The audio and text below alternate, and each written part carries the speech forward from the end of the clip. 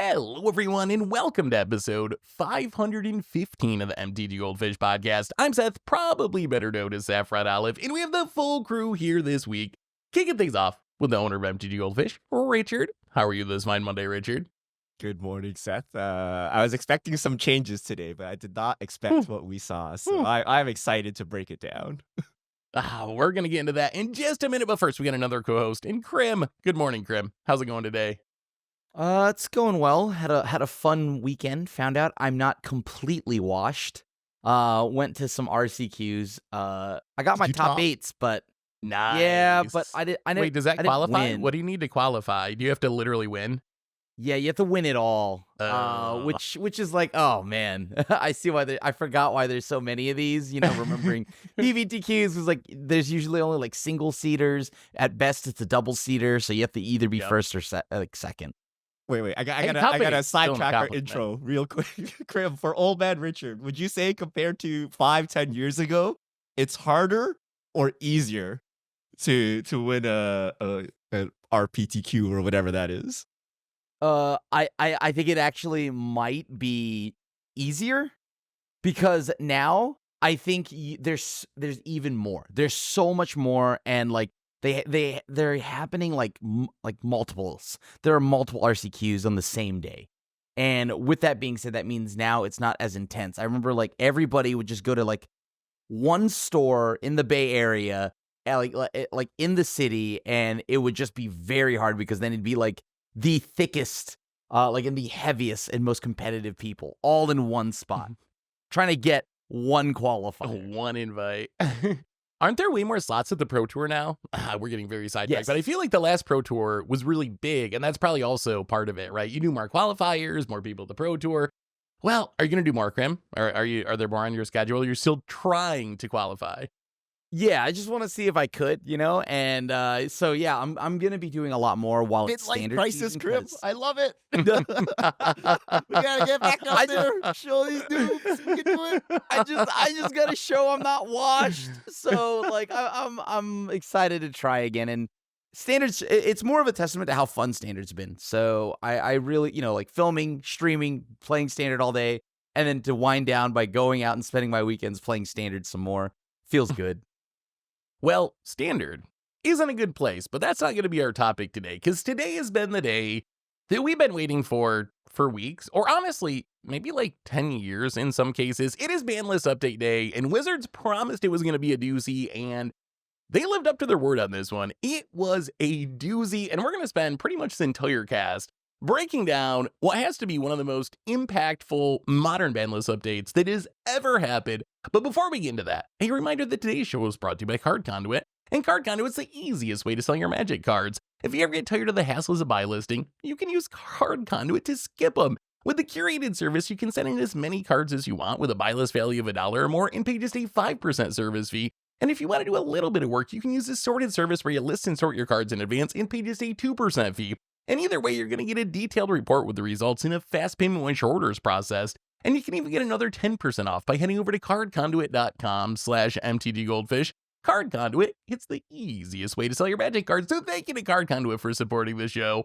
And let's get into this ban list update. So we knew this update was coming. We've been counting down the days, especially for Modern, which has been in a rough spot with energy and the One Ring. We talked about it on last week's podcast.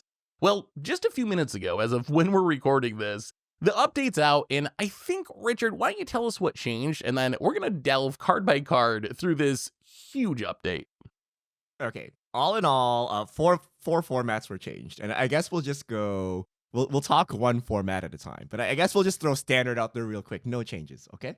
Yep. And then we're fine. gonna jump straight to the meat potatoes, which is modern. Would you have guessed 7 cards on this ban and restricted 7. update? 7 cards. So we'll go over the bannings. The One Ring banned. They did what everyone thought they were gonna do. Amped Raptor, the random casualty from energy that we knew something needed to go with it. So Amped Raptor was chosen as the sacrifice, the reflector mage, if you will. Jegantha the Wellspring. Companion. Another companion falls. Okay, so 3 bannings. And then 4 surprise unbannings. Okay? Splinter Twin, unbanned. Boomers rejoice. You can now lose all your matches. Yeah. And then now we get into the more spicy ones. Green Sun Zenith. Unbanned. That lets you tutor any green creature from your deck for an additional one green, right? Faithless Looting. Died for the sins of Hogak. Is back, right? And then the most surprising to me, Mox Opal. Just random artifact Mox unbanned. So let's start breaking down. And then Wizards has a whole article with this. We'll talk about their reasonings as we talk about the cards. But let's talk about the ban. So One Ring, no shocker, right? Unless you're like some Hasbro corporate believer and thought Hasbro corporate was gonna hold on to this one card to keep, winter sales going or whatever, right? But everyone thought this card should go. It was literally everywhere in the format. It went. No big surprise, right? Yeah, I mean, I think if this didn't get banned, that's where we're going to go on full-on conspiracy theory, tinfoil hat, like something in the contract keeps them from banning it. So I think just by the numbers, it's one of the most obvious, and play pattern, but it was just a super obvious ban, right? It was in like 60% of decks. We talked about it last week at length. It was propping up Boros Energy along with a bunch of other decks. It had to go. It had to go. I think everyone knew it was going to go. Krim, any level of surprise at the One Ring being banned? No, that was a when, not if, right? Like when this eventually gets banned, like there's no way they would be like that oblivious, right? So Post Malone I thought crying. He's like, my $2 million modern deck. No, I'm glad you brought that up because I honestly think the financial impact of this is not going to be ridiculously. I think a lot of the price drop on the One Ring was already priced in because it was such an obvious ban.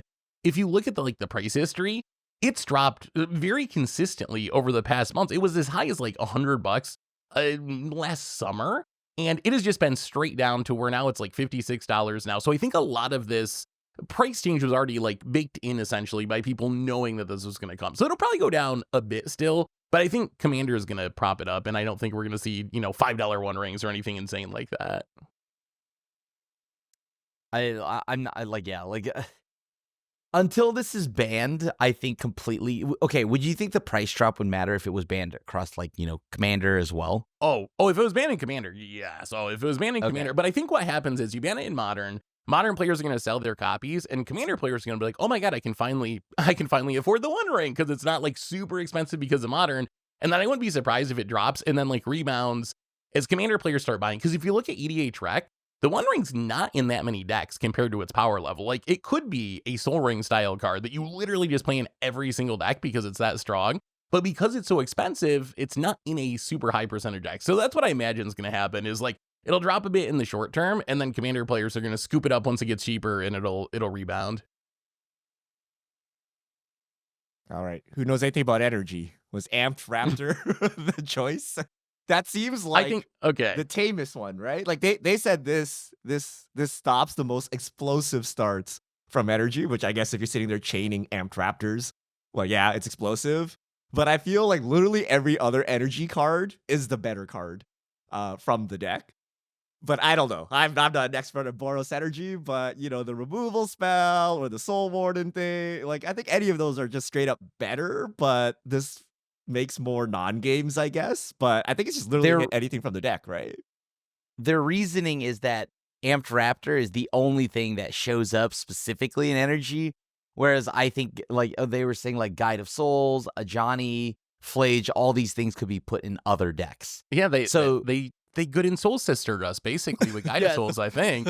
yeah, they want to just give Soul Sisters a shot, And in reality, do you think this still energy still kicks everybody's teeth in? Because I think Guide of Souls is nuts. I'm a little nervous.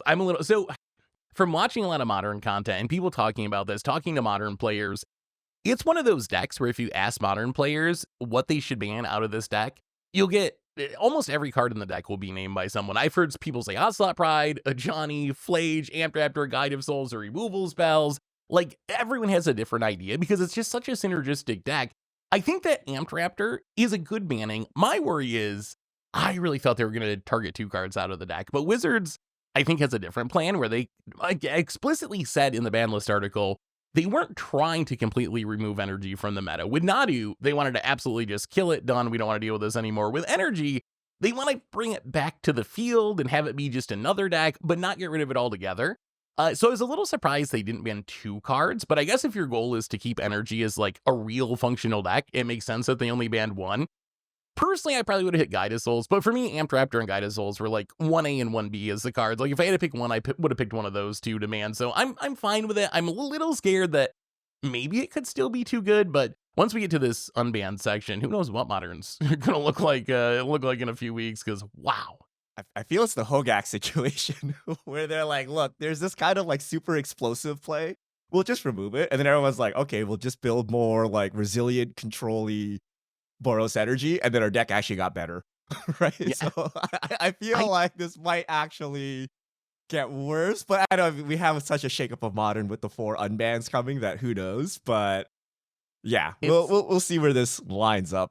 The third card I think is pretty interesting. Jegantha, another companion, bites the dust. And one of the big play patterns, thanks to Modern Horizons 3, is you Jegantha for 3 mana, put in your hand, and then a Reed of Glory this bad boy in for 5 damage haste to the face.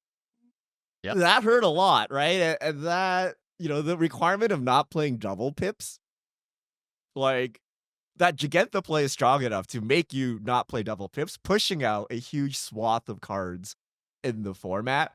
So I think this was a sneaky, like, very good ban. Like, I don't know if it's going to bring back Liliana of the Veil, okay? But, there might be other cards with double pips that you might actually play now because you don't have to play Jegantha. Because Jegantha actually matters in the mirror, right? In the grindy games where you're going long and you're just like, well, all I have is a removal spell. I remove your thing.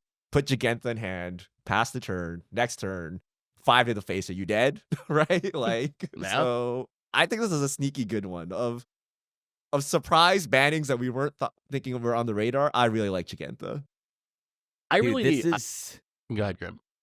This is a wild banning because when you think about it, this is like you kind of just mentioned. It's just a 5/5. Like the restriction was not that like hard on anybody. And they mentioned that in the BNR, but I don't know. It's still nuts to think about how busted companions were. And this is with a patched up mechanic. Like they hot fixed companions. And now it's still getting every companion banned. Like that's so nuts to think about.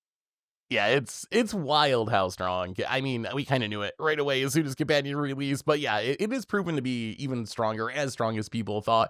I think this is a really good banning too. This is one I hadn't really considered when we were talking about it until I watched a Aspiring Spike video, and he really was firmly in favor of banning Jegantha because it's so prevalent, and he felt like it reduces the diversity of the format for the reason that Richard said. And also because it's a free roll in a lot of decks. If you look at the Boros Energy deck, that's a case where they're not really choosing not to play anything to play Jegantha. It just happens that everything you want to play in the deck anyway only has 1 pip in it. So you're just like, oh, all right, I get a free 5/5 out of it. So the combination of those 2 things, I think, makes it a really good banning. And plus, it's a companion. Like, if they just banned all companions, I'd be fine with it. I'm curious, do you guys think that this is the last companion banning? Are we finally through the companion era of Magic? Like, it's been, 2020 with Ikoria when they started. Lura's gone, Yarion gone. Now we have Jegantha gone. The rest of them, are we finally safe? Like, we're down to the, like, Zerdas and, like, Yamoris and, like, the pretty low tier, like, high cost ones. I think we might be the only one that's played out of all of these. No, Kahira. Zerda and Kahira, right? Kahira in control, occasionally Zerda or Garuda in combo decks, and that's about it, yeah. I would worry about Zerda. I think Zerda eventually, right? There's going to be something. I also think maybe Kahira, like if you use the same argument for this, that the card's just too easy to play because the restriction's not high enough, I think Kahira's like that too, right? Because the restriction is only have all your creatures be like elementals and dinosaurs and these creature types.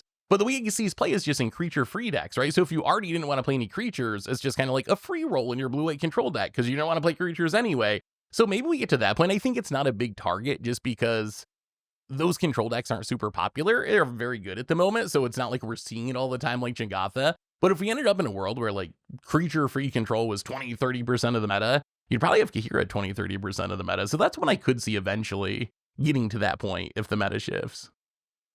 The deck suck, and it's not as backbreaking. Like if late game you whip out a 3/2, like it's not, it's That's not true. as terrible as like a 5/5 haste coming in at you, right? So I think it's safe. Like control is the only one that uses this. I forgot what it was. They actually have synergies with it.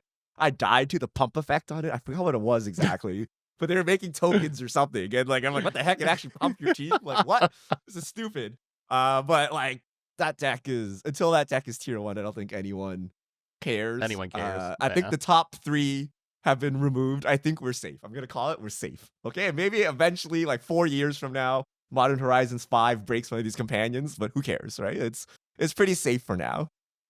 Honestly, with companions, I think the most interesting part for me was them banning Jegantha in Pioneer. I know we're talking Modern, just because they haven't even banned Yarion in Pioneer, and I see Yarion a lot in Pioneer. So I consider Jegantha like the second best and most played companion in Pioneer. So I was surprised that they just bypassed Yarion and went right for Jegantha in Pioneer, but whatever.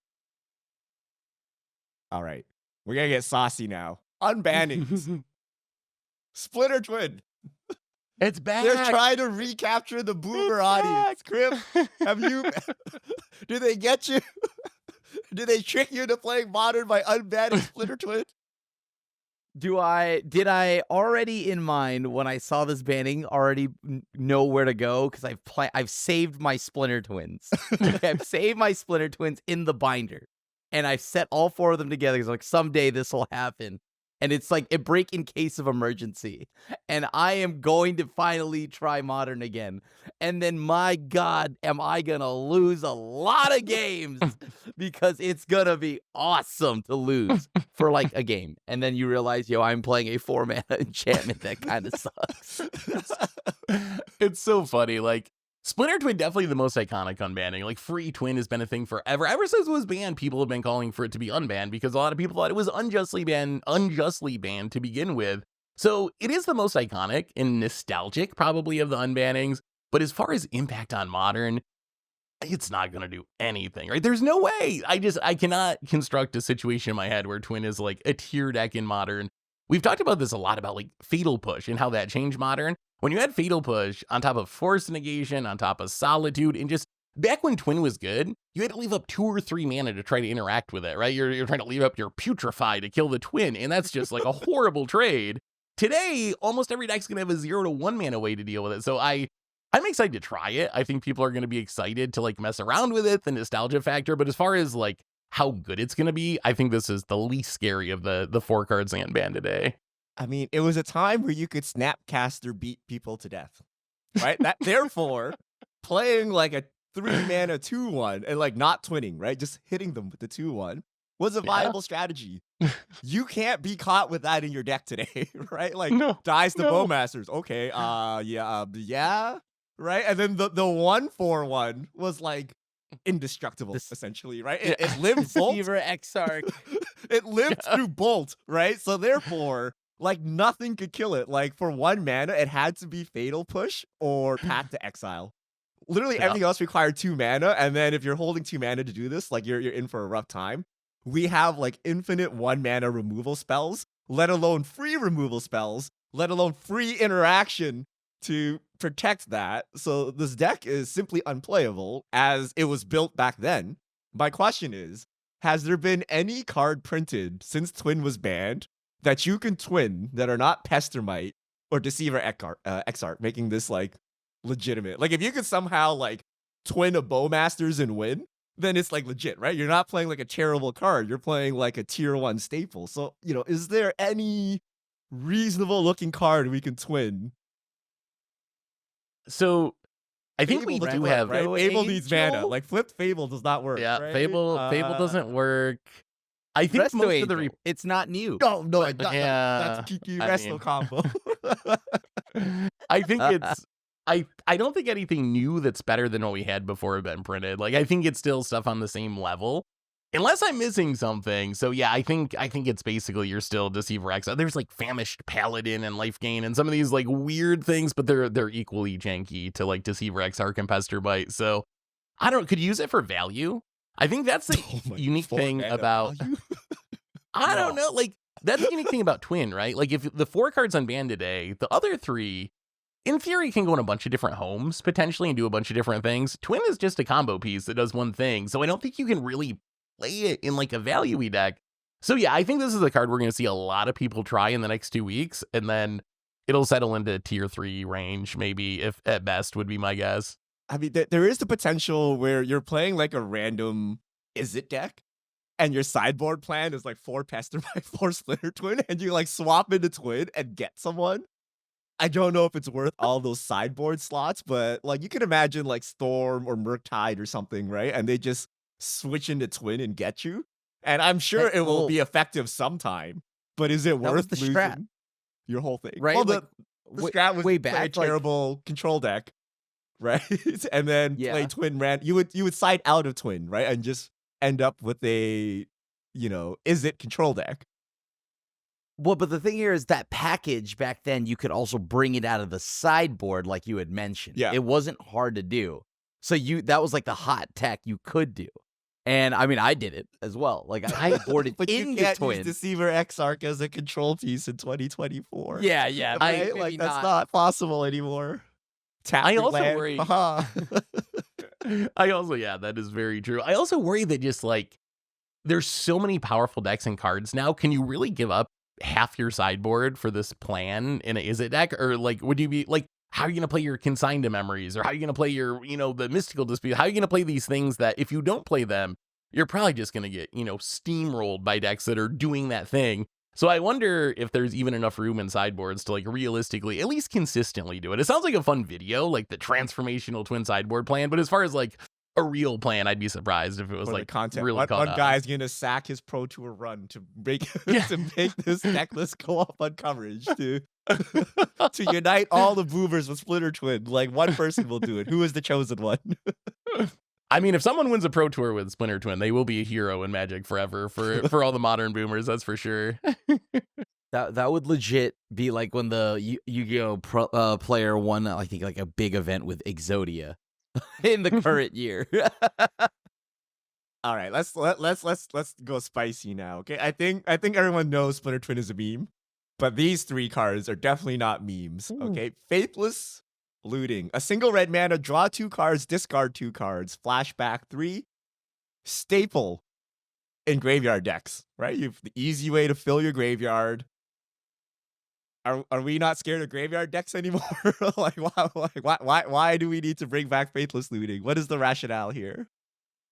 So looting got banned because of Hogak pretty specifically. Wizards even called that out in the announcement that it kind of died for the sins of Hogak back at that time. So it's one of those cards that if it wasn't for how dominant Hogak was, like, did it ever really need to be banned? I actually liked a lot of what Faithless Looting did to Modern. I remember Jerry Thompson in his like Mardu Pyromancer deck just like discard Lingering Souls and grinding out value with Young Pyromancer. Like, it did a lot of really cool fair things on top of, breaking Hogak and graveyard decks. So I'm actually really excited to have Faithless Looting back. I feel like hopefully it's just fine. Right now, graveyard decks aren't really dominating Modern or even good in Modern. We'll see how much things change with Boros Energy being banned and the meta being shaken up. But I'm actually pretty hopeful that Faithless Looting is going to lead to Modern being more fun. Maybe we see Phoenix come back. Maybe we see some of the Mardu Pyromancer come back. Maybe we see some of these old archetypes actually have a chance just because of the consistency that it offers. The old Hollow One deck. Oh, yes. Oh, I love Hollow One. Why do you want that deck back? Who wanted to discard half their cards at random and like they high roll and like triple Hollow One comes out? You're like, why? Like, why are you guys fighting for graveyard decks? You're like, you want to see Dredge tier 1? Like, what is going on? Okay. I will also say this. Like, Krim, you play Timeless too, in Historic some. We've had Faithless Looting on Arena for a while now, and it hasn't really been a problem, right? I know it's different metagames or whatever, but it hasn't been a card that in Timeless, which is the closest thing to like maybe a modern power level format on Arena, Faithless Looting hasn't really been broken or even like super impactful. Sure, graveyard decks will play it when you run into them, but it's not like it's making people miserable and people are calling for bannings or dominating the format. So maybe it's just fine in 2024. I think it might just be like power. That just shows you where Modern is, because cards like Faithless Looting are just fine, right? I think that's a bigger concern. But like, yeah, like I don't think Faithless Looting is where it once was. So Richard, It's fine until it's not. Remember when they brought back Golgari Grave Troll? They're like, it's fine. Yeah. Golgari Grave Troll. And then they made It was. Hogak. They're like, oh no, it's not fine. Get rid of this thing, right? Like, it may or may not be fine now. But anytime they touch the graveyard, and Wizards loves touching the graveyard as a mechanic, right? Get more resource out of your graveyard. This card will become broken and they will ban it again. I am confident that we will have this discussion Ooh. again sometime in the Ooh. future with Faithless Looting on the way out, right? And we're like, wow, Interesting. who couldn't see it coming? They clearly, Modern Horizons 4, they were going to make some graveyard strategy and Faithless Looting would be insane, right? Like, it's too good, Well, right? Okay, so actually, I think it might be fine. Actually, out of the cards that were unbanned, I think this is still on the lesser scary end out of the Really? 4. But that's because there's a couple other cards that I think are really scary. I'm curious though, Richard, what current decks do you think run this? Like, sure, Dredge or some of these old nostalgic decks coming back could be a thing. I guess Grinding Station combo is one that comes to mind and is kind of tier. Like, that wants things in the graveyard, the consistency of that. So probably like Grinding Station, Underworld Breach combo. Does Murktide play it? Do you think that's No. like, is it still just like a generically, you get cards in your grave, but that's kind of You're losing cards, right? okay? This is not you don't put it in Jund and call it a day, right? Because you're paying 1 mana and then you're just drawing 2 and chucking 2. So you're filling your graveyard at the cost of a card, which actually is a very real cost, right? Part of your arguments of why people might not play this anymore is we have Surveil lands, we have the Lord of the Rings cycling thingies that fill your graveyard for no cards, right? But Yeah. in the case where you're playing Dredge, where once you do your thing, you get such an overwhelming advantage, it doesn't matter that you went down like 1 card, right? Those are the kind of decks that would play this, like possibly Storm might play it, but nothing that's trying to go long, right? Like anything that's trying to like set up the thing, do the thing, and win, which is typically unfair decks, and unfair decks involving the graveyard, which means everyone else is like praying for Leyline of the Void, right? So like I don't know, the play pattern doesn't seem enticing. It doesn't seem to me like it's something, even if it's safe, like why are you, why do you want to make Dredge viable, right? Like why do you even want to do this? So it just seems like a weird choice to me. That's where Modern is, right? And I actually think that Seth brought up a great deck here. I mean, Murktide, whatever, Oculus.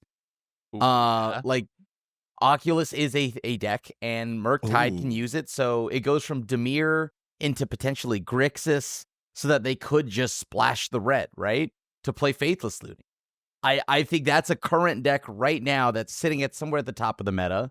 And worth a shot at trying it out in, right? I'm also curious to see if this props up some lower tier decks. Like, we've seen some Delirium decks ever since we got the new Delirium cards in Duskmourn, kind of on the fringes of Modern, that are like still kind of fair-ish, but you're playing like Fomos and Nethergoyfs and Orcish Bowmasters. Seems like a really natural fit there. The decks like that, like, move from tier 3 up to tier 2 or tier 1. That's what I'm hoping for. Like, if the end result of this is, oh, Dredge is the best deck in the format now, or one of the, top tier decks, I think people are going to be kind of like, okay, this wasn't that great. But if the end result is like, Rakdos Delirium is like actually a competitive deck, I think people would end up being happy about that, if that's how it turns because out. if that was good, then Reanimator would be good. Goryo's Vengeance would be good. And if that's good, no one's having a good time. Yeah. Like, yes, there's some jank. You could Abyssal Harvester, Faithless Looting or something, right? But if that is somehow good, you could just Goryo's Vengeance people out, like, so it'll be interesting. I think this was actually one of the more dangerous ones, but we'll see how it shakes up. Vengeance probably gets better too, right? Doesn't it? This is a turn 1, get my Atrox in the graveyard or whatever you're trying to reanimate it on turn 2. So. And unbrick your hand right. to make sure you draw your interaction and everything, right? Like, it is so good for the decks that actually want this, right? It might be a little scary. I mean, you might be right. It might be a little scary, but I'm but still you on could board now with this play one. with Nethergoyf. like you had mentioned, Nether Voice back, Richard. Voice back. Come on. Let me go down a couple cards to make this other card like almost reasonably playable. Yes. All right. Green Sun Zenith. What actually caused Green Sun Zenith to be banned? But it's green X, search your library for a green creature with mana value X or less, put it on the battlefield. What caused it to be banned? Was it elves? I don't even know what banned it was. So Green Sun got banned 2011. It was banned in the first announcement after the first Modern Pro Tour. And in the first Modern Pro Tour, there's a 12-post deck that was playing it to tutor up Primeval Titan. There was also a Zoo deck. How can we forget? There was a Zoo deck that was playing it to tutor out. It had like Tarmogoyfs and Wild Nikatos, Knight of the Reliquary. So there are 2 different decks in the top 8. Plus, the Dryad Arbor trick was something Wizards called out at the time of being able to like Green Sun for 1 mana to get the Dryad Arbor on turn 1, and they thought that was too good. So a combination of those 2 things had them ban it really months after Modern became a format. So we've really never got to play with Modern.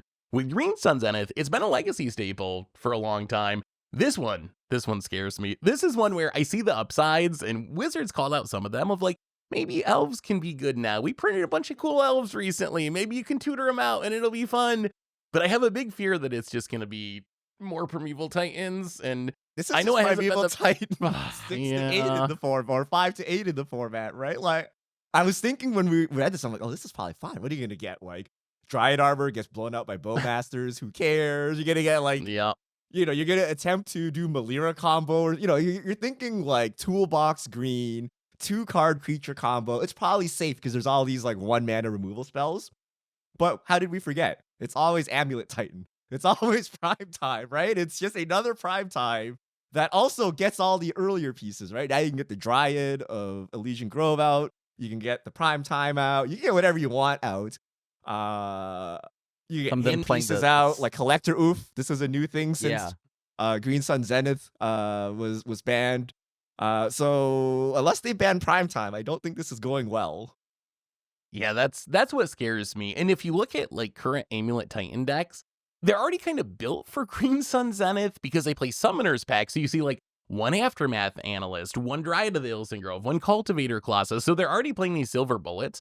The thing with Summoner's Pact is, since you have to pay 4 mana on your next turn or lose a game, you don't really want to play it for value. You don't really want to be like, all right, I'm setting up this primetime turn. I'd like my Dryad. I'm just going to, turn 3 Summoners Pact out my Dryad of the Elysian Grove. That's not going to go well for you. But with Green Sun, turn 1, you can grab Ramp, right? You can grab the Dryad Arbor. Turn 3 or turn 4, you can be getting your Aftermath Analyst or Dryad. And then it's additional Primeval Titans. And it even shovels back in your deck. So you can tutor up something for value early and then draw it again and get the Primeval Titan late. So I just hate the Primeval Titan decks. I know it's not the current problem in Modern, but somehow this is like, it's always like tier 1.5 and then bannings happens and it becomes like the best deck in the format. And then there's Modern Horizons goes back. Like somehow it always dodges bans. I don't understand how always Primeval Titan dodges bans. So I'm a little worried that rather than the fun, like we're going to play Maverick and tutor up all these cool janky tax creatures or elves or whatever, it's just going to be more prime times. No. Titan just took a banning to the One Ring. And so the 4 slots. That is technically true. The 4 slots, look at that. They could squeeze a few of these Green Suns in. But okay, it might read like a meme about the elf thing, but you could actually play Elf Ball, right? Oh yeah, it does improve decks like that. Elf Ball, any sort of like creaturey, taxi style decks. It does help with all those decks. And they did call out, I think there are good arguments for it. Like the primary green creature combo deck right now is the Basking Broodscale combo deck, which is sneakily like the 5th best deck or 5th most played deck in the format or something right now. But you can't actually get the combo pieces because of Devoid. Which is kind of hilarious that Devoid is actually mattering here. You can't get Yogg in the Yawgmoth decks or a Blood Artifact in the Yawgmoth decks. So even in the decks that you would think, oh, this might be really good in, because it only gets green creatures, it misses out on some key things. So it's going to be really interesting to see how it shakes out. I'm on board with unbanning it, but I do have a fear that, I don't know, is this the Gogera Grave Troll where we're going to be banning it again 6 months from now or a year from now? I think there's some % chance. I think it's not in favor of that, but I think there's some chance it ends up being a very scary card. how much prime time do you want, Seth? Like, if prime time Not didn't that exist, much. this could be fine. Like, I'm not scared of your weird green creature combos. I am scared of prime time because prime time comes along with 2 lands, which ensures that they're gonna prime time again next turn and again and again Yep. and again, right? Like, it's always, I don't know. But you want the glory with Days of Modern, so what better way Yeah. than dying to prime time, right? Like that's how Wow, it that is old goes, school. right? So I mean, it does Tron accomplish that. was the main fear, right? Back in the glory days of modern. So if that's the case, Man, I'm I've been surprised it pining didn't to get unban I beaten down by Mugen or Tron. something just for lulls here, you know? oh, that would I have been mean, hilarious. our last unbanning, they might have kind of unbanned something similar to Eye of Ugin, I think, perhaps. So Mox Opal, unbanned. Mox Opal, a 0 mana legendary artifact. If you have Metalcraft, which is 3 or more artifacts, you can tap it to add 1 mana of any color. I'm on board with all of this until they gave me the Mox Opal, and now I know I'm not playing Modern. Because even if I sit down to play Modern, I'm not playing anything because I'm gonna get Mox Opal to death. Like, why? Why did they need to make artifact decks better? Did anybody say we need Mox Opal back, right? Like, because I feel like this card is so busted. It's continued to be busted. It took them a long time. I remember when they finally banned it, it took them so long to reach that conclusion that this card is busted, right? And they were right. They finally saw the light, and now they unbanned it for no reason. So I think, okay, here's what I see as the reason. If you look at these bans, I think that Wizards, and they kind of even said some of this, I think they're trying to get the boomers back into Modern, right? They're trying to bring back these nostalgic decks. They've heard the complaints that Modern has changed too much, and people are yearning for the days of Splinter Twin and Jund. And I think that this is their way of trying to make Affinity, which honestly, over the course of Modern's history, is a super iconic archetype, right? It's won Pro Tours many years apart. It's always been around, and it's been dead for like the last few years, ever since they banned Mox Opal. So I think this is their way to try to make Affinity a thing again.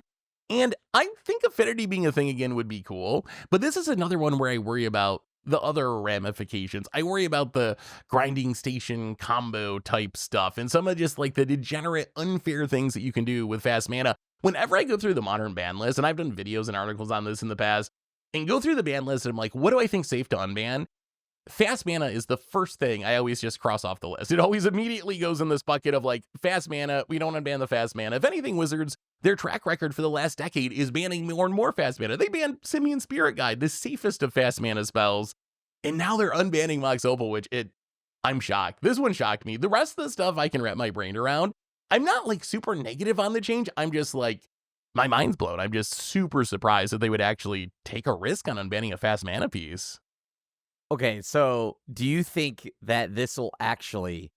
What are the odds? I would kill for this. If we go out to a locals and you're showing me that Twin, Affinity, and, you know, I guess Amulet Titan, and I guess whatever remnants of Boros Energy, if that's somewhat the meta, and there's a Brave Soul trying to also play Jeskai Control, like, we're back, right? We're so back if that's the case. We are so back. It solves nothing because you're gonna play your Dirtily 3-drop and get blown out by a Leyline Binding still, right? So, like, yes, these cards, like, come in, but, like, one of the biggest complaints of even old school Modern is its sideboard simulator, okay? You're opening your hand, and you're like, how many sideboard cards did I draw? Did I draw enough to overcome my opponent? Between the graveyard decks and the artifact decks, that's all I'm doing now, right? They're like, well, Mox Opal is safe because look at all of the great anti-artifact cards we have, like Meltdown and Wrath of the Skies, sideboard cards, right? So, like, you have to draw your sideboard card to stand any kind of chance, and if you don't, you mulligan for them, and maybe you eventually do get them, but now you're down to a 5-card hand, a 4-card hand. Are you winning anything anymore, right? So it brings back like the worst play patterns of Modern, which is like, well, you're 2 mana on turn 1 versus my 1 mana. I'm already behind.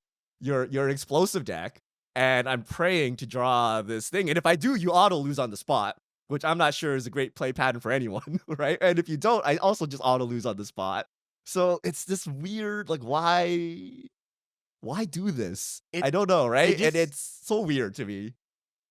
It speeds things up, right? That's the other issue with Mox in specific. Like, yes, you're trying to bring back affinity, but what you're also doing is like cutting a turn off the clock. So you're putting even more pressure on mulliganing into those sideboard cards to have a chance to keep up, because all those threats are going to be happening so much faster out of the artifact decks now. That said, maybe it'll be okay as far as Moxing go. It is narrower than most, right? Like, you got to play artifacts, so you can't Oh, put it that's in so hard, every Seth, with deck. all these treasures and incredible sideboard Oh. cards like Vexing Bauble, it's If- difficult. Okay. How about this? If this makes Lantern Control come back, I will be okay with any negative consequences, because I just love getting people with Lantern Control. I don't Wait, think you it want does, Lantern 'cause- Control to come back? Oh, What I sick monster are love you? Lantern. I love my prison You decks. want I eggs love to come prison. back too? Should we do this? I'm Eh, No. okay. No Not eggs. eggs. Not Let's eggs. just No do that. egg. No, see, Lantern is better because it gives you the illusion that you're still playing the game and doing things. You're just drawing a land every It turn ties up instead your of any entire round, so action. you can't even get lunch. Like that's the trick of Lantern. So, what do you think rises because of the Opal unbanning? Like, is it literally affinity? Are we going to see actual affinity be a thing? Is No. it going to be No. combo I will shake decks, my opponent's probably hand if they play Urza? Steel Overseer. I will straight Why? up shake my opponent's hand.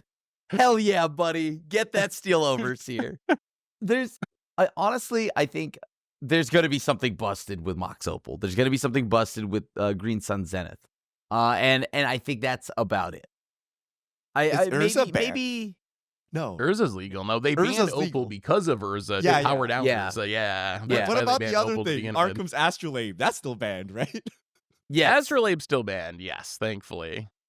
I think the only thing that's worth a shot, like you're gonna probably see right now, I think like as early as whenever it's legal, Green Suns outside of like Amulet, and then I genuinely think Oculus adds red for Faithless Looting. I do not see a world where Oculus does not add red for Faithless Looting. That's guess probably it's- true. It's not your old favorites. It's like some other Modern Horizons 3 card that we just haven't looked at because we didn't have the Opal. And like now Opal is back, it's suddenly viable. Either that or it doesn't matter. Like maybe Arcband Ravager comes back. I doubt it, but maybe it does.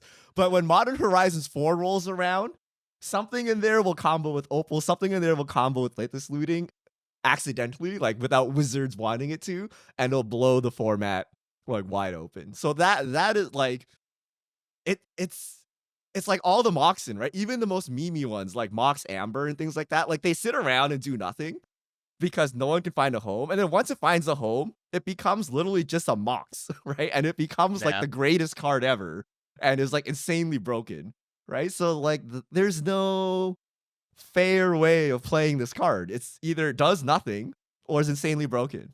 So Hear me It's out. gonna be I insanely think I know broken. what it is. eventually, I know what it is. Crabomination. oh my god. Some kind of Crabomination. Oh, I'm serious. I'm Crabomination. It's a Modern Horizons 3 card, and there was a few like big affinity for artifact cards that came out in Modern Horizons 3, right? Crabomination, also one of those cards that could go into affinity. I'm just saying. it's. It's I've tried synergy. it. I love that card, and it feels like it should be really sweet, and then it always disappoints me. I always hit the worst hits off that card, so I don't know if it's actually gonna be that, but I hope you're right, because that if there's a Crabfinity deck, then this is gonna be all worth it if that's actually a thing. I think. So here's my concern. I think we have the tools to control a fair artifact deck, right? We got Force of Vigor, we have the Sweepers that Wizards called out in the ban list article, we got Collector Roofs and Stony Silences. So if you're trying to do like relatively fair things, like play old school affinity, which by 2024 standards is pretty fair if you're trying to, steal Overseer and tap it up counters on things or whatever. Like if you're doing things like that, we can cover that. I'm more worried about just like the grinding station loops and some of those decks. I don't know if we have the tools to control those as consistently as we need to. So this unbanning really, really has me a little bit nervous. I think this is a card, if I was going to pick one that I think is most likely to get rebanned, easily Mox Opal, not even close. These are also all I support agree with cards that. I want to add. So I remember we had this conversation with Jace, the Mind Sculptor, right? And I remember I was like, oh my God, it's so broken. Krim was like, it's fine, right? The difference is Jace is like the finisher, right? And finishers can get power crept, right? Like we get better things, right? Like we get Shuldrids and things like that. You know, you don't need Jace, right? But Faithless Looting, Mox Opal, Green Sun Zenith, those are enablers, right? They enable your 2025 broken cards, and that is super scary, right? And the question is, did we get better enablers than Mox Opal? I don't think so, right? Like I think in the right shell, Mox Opal will be its best card. Same with Faithless Looting, right? So these enablers enable whatever broken stuff we have released since then. And that makes me very afraid. As opposed to like Splinter Twin, that's like a finisher. And we've probably gotten way better 4-mana finishers, right? So that one doesn't scare me as much. But the 3 enablers, especially strategies that people don't particularly like we all love getting rolled by artifact decks before we get like, you might be able to kill someone before they get 2 mana to turn their Leyline Binding into a 1-mana spell, right? Like they may not actually hit the second land drop before they're dead, right? So like that's the scary thing with Mox Opal. So I'm shocked Wizards did this. I'm very shocked. So I genuinely believe, it's not as ridiculous as you think. I think, yes, there's going to be a lot of busted stuff like you're mentioning here, but what if it's Simulacrum Synthesizer and like Mirror Enforcers, Frog Mirror Enforcers, like we have Kappa Cannoneer now, right? Yeah. So like, I actually think this might like help these decks out. Because while playing these decks, right, when Modern Horizons 3 came out, it felt like, oh, Mox Opal would actually be the tipping point in some of this deck's most absurd turns. Yeah, I mean, I think it undoubtedly makes Affinity better. Just how good Affinity is, we'll have to wait and see. But I think, without a doubt, Affinity is way better now that Mox Opal's unbanned. The question is, does it enable things that we don't like, along with enabling maybe something we do like in Affinity? That's my concern. So I think, like, improving Affinity, I like that. Maybe it's just the boomer nostalgia, like, it's an old school modern deck that hasn't been good in a while. I like that aspect of it. Whether or not it causes other problems, that, I guess, I'm a little bit worried about. But again, you would just Crabomination the problematic cards away out of your opponent's hand. I don't, This reminds me of the time we were like pining for Tron to be good. I'm like, okay, I understand the glory days. It's like, why don't we just bring back Infect while we're at it? Lantern Control, eggs. You want to bring back eggs? Nostalgia. Let's go. Right? Like, I don't know that we want to bring back these like terrible play pattern decks, right? Like, I mean, Infect. How bad is Infect in reality, right? Like I think I'd be okay with that coming back. Sucks, but it sucks to get got, but if that and like never in a million years did I think I'd want Tron back in the meta, right? And I mean like original Tron, not with I'm some sure weird we can clip it Tron. somewhere. I remember us all pining about Tron. And we're like, oh, Tron made a comeback. Oh, cute Tron, right? Like, yeah. Yeah. I can't even hate on Tron anymore. Let's bring back Cloud Post. Why not, right? Like, I don't know, man. Like, some of these things should be forever removed. So Wizards doesn't think otherwise. So this will be very interesting. So Mox is here's most gotta go. I think you should never unban this card. So those are the bannings. They also banned 2 legacy cards. We're not really going to get into it. I know Joe's writing an article for the site that'll be up, I think, tomorrow, hopefully, or Wednesday, about the legacy bannings, which were Psychic Frog and also Vexing Bauble. But here's my question for y'all about Modern. So if you read the ban list article from Wizards, there's one quote in there that caught my eye, and it says, "Our players are the backbone of competitive Magic. We can observe tournament results, analyze a metagame, and dig into win rates all day long, but it's all of you who are playing these formats, and at the end of the day, it's our job to ensure that you're having as much fun as possible." So my question for both of you is, are you more excited for Modern thanks to these changes? Do you think for you personally and what you're looking for out of Modern, is it going to be more fun for you? Like, are you seeing this ban list update and you're like, I'm going to go play some Modern leagues? What is this doing to you personally in your relationship with Modern? If anything. I will always, maybe go down memory lane with some of these decks, right? And I'll do it for like a week. And then I'm also a realist. I understand none of these archetypes that I want to play with are good anymore. Like, these are all power crept. Like, if you're telling me your deck from last year's Modern rotated due to power creep, there's no way my deck from... I'm not bringing Grixis Twin and getting anybody, right? The only thing I'm getting is a quick 0-2, and then I'm going home, right? Like, which is pointless. I don't know why I would... I'm losing gas money, right? Like, so... I mean, if you were an artifact player or a graveyard player, I think this might actually entice you to come back. To me, I come back and it's literally the same thing. Like, I'm just gonna get rolled by even more broken strategies that they originally banned to make my deck like 10 years ago like somewhat functional, right? Like, Jund didn't stand a chance. They had to get rid of Opal and looting and all that. They could have unbanned Deathrite Shaman. It's probably the wrong move. That might actually entice me to try Jund, but like, Jund simply does not work anymore. I would have to pick up a 2025 deck, and I don't want to. That the Opal really shattered all like remnants of me wanting to play. If Opal was still banned, then it's fine. But I really think this is sideboard simulator now, right? Like, you got to really get the graveyard hate, and you got to get the artifact hate. And then what else do you have in your sideboard? At least you freed up a spot because Jegantha doesn't have to be there, right? Hey. I don't know. It's just like more non-games. I don't like that. I guess it's curious to see what happens to Energy. I wonder if Energy just remains top dog anyway. So that's the curiosity thing. And I will tune in to watch Krim lose with Splinter Twin. I will watch it play a Pestermite and then watch it die to Bowmasters. yo, you're gonna look at that. You gotta list? play Snapcaster Mage too. You know, we gotta do. No. You know what they unbanned? They didn't just unban Splinter Twin. They unbanned Electrolyze. We're back, boys. We're back. I'm gonna electrolyze someone, and they're gonna feel my wrath. That one might still kind of be banned. You can get Miku Snapcaster Mages, Krim, and then you can have the Lord, I fall wish. down.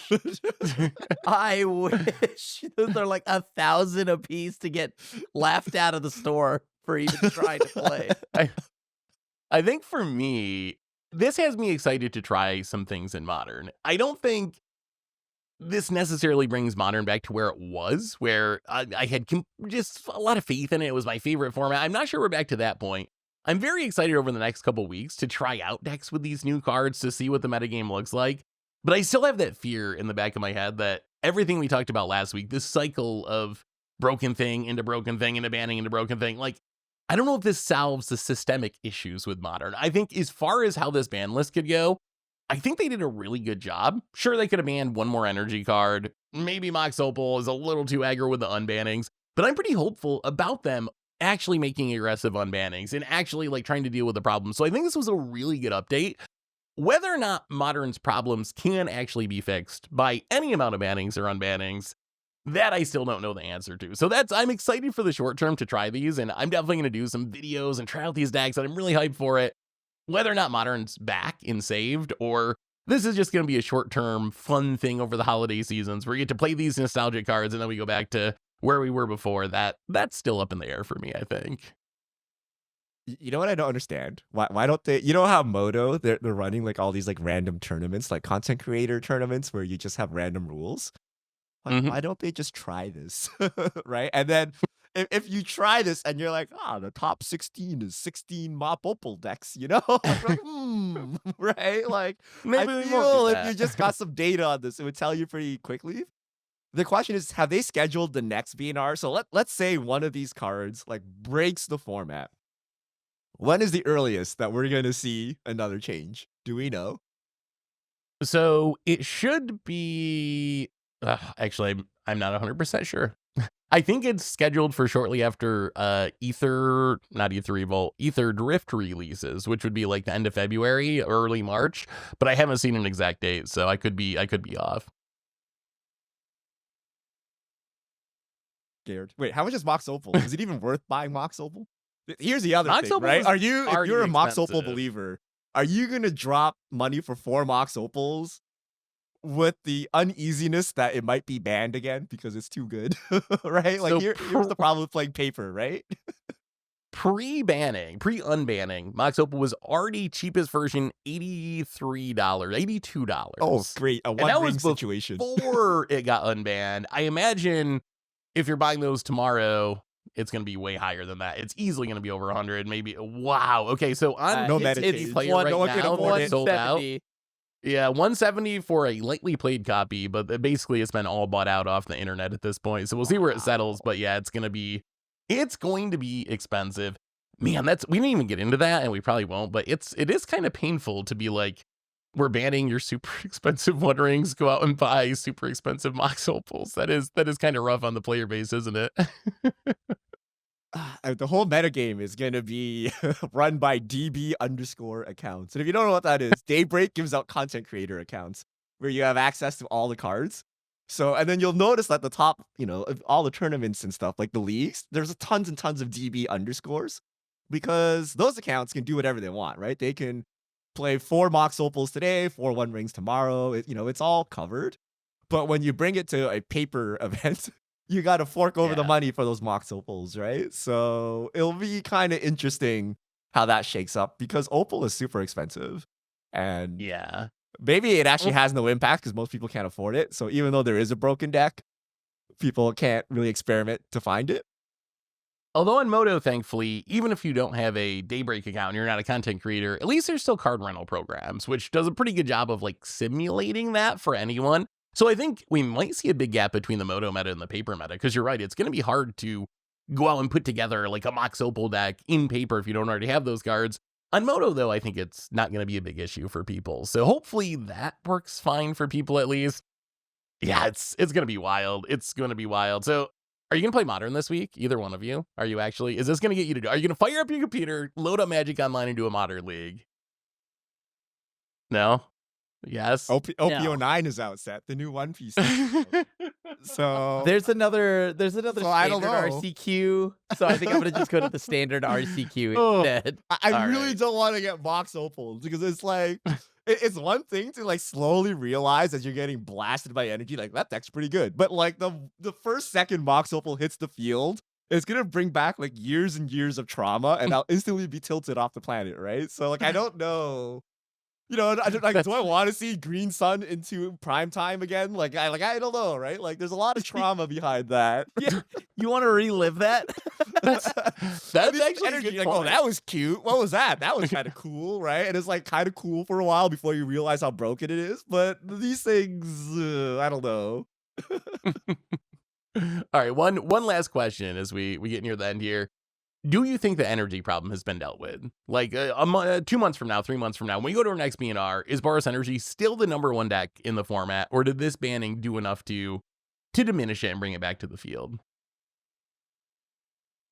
Because I'm going to say that Boros Energy, I'm going to guess it's at least still tier 1, and I think it might still be the best deck in the format. Because I think that other decks also get really hurt by the One Ring banning. I think Wizards was kind of counting that as like a Boros Energy banning, which it kind of is. But if you go back to the history of it, Boros Energy was a really good deck before it adopted the One Ring. And then it finally adopted the One Ring to like beat the mirror, and it got even better. But I think you take the One Ring and Amped Raptor out of that deck, I think Boros Energy is still really, really strong.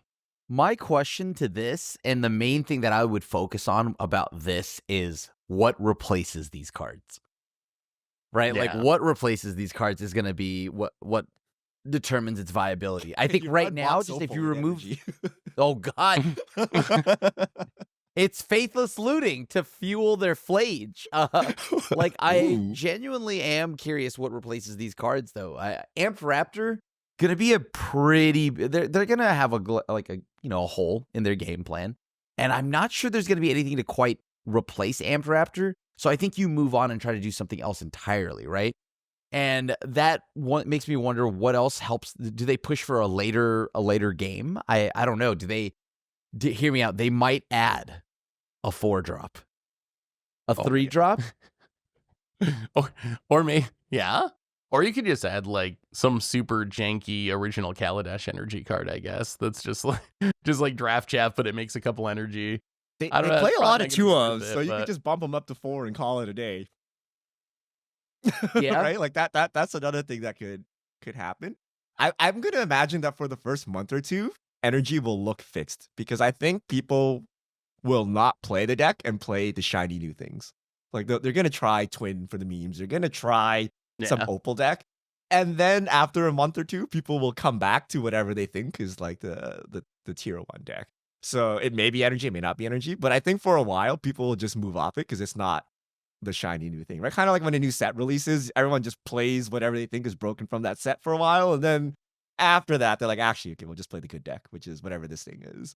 So we'll see where Yeah. it goes. But that deck plays a lot of 2-ofs and like 3s and 1s and stuff. So it could not just add a new card and like bump up the ratios to 4, or it could add some spicy card. You are in Boros. You have a lot of options. You could even pre-sideboard, right? You could like play Rest in Peace or something, right? Or Stony Side. Throw in But some, it could throw in pack some. Lathnu Hellion.